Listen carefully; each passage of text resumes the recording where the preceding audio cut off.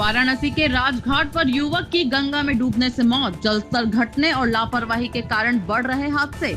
गर्मी के बढ़ते प्रकोप के बीच वाराणसी में गंगा नदी का जलस्तर तेजी से घट रहा है। ऐसे में घाटों पर स्नान करना अब खतरनाक होता जा रहा है।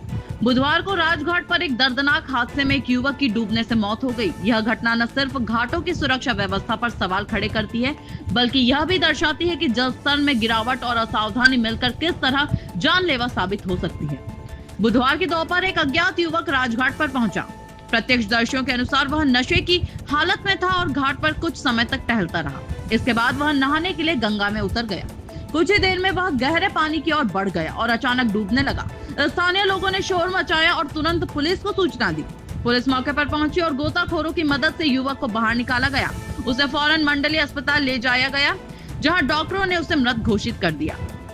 मृत युवक की पहचान देर रात तक नहीं हो पाई थी। पुलिस के अनुसार वह नीले रंग की लोवर और भूरे रंग की चेकदार शर्ट पहने था। इंस्पेक्टर आदमपुर वीरेंद्र सोनकर ने बताया कि शव को पोस्टमार्टम के लिए भेज दिया गया है और युवक की पहचान के प्रयास जारी हैं।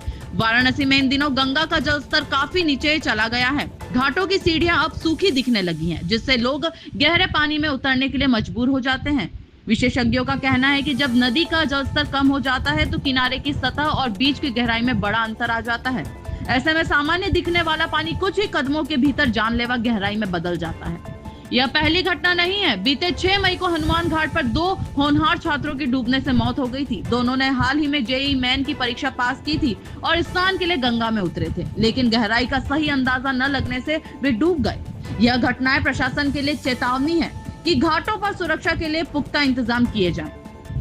पुलिस और प्रशासन ने लोगों से अपील की है कि वे चिन्हित घाटों पर ही स्नान करें और गहरे पानी में जाने से बचें। साथ ही यह भी कहा गया है कि नशे की हालत में गंगा में उतरना बेहद खतरनाक है, लेकिन प्रशासन की अपील के बावजूद सुरक्षा घेरों, चेतावनी बोर्डों और तैनात कर्मियों की संख्या घाटों पर बेहद सीमित है। आप अपने विचार कमेंट करके जरूर बताएं।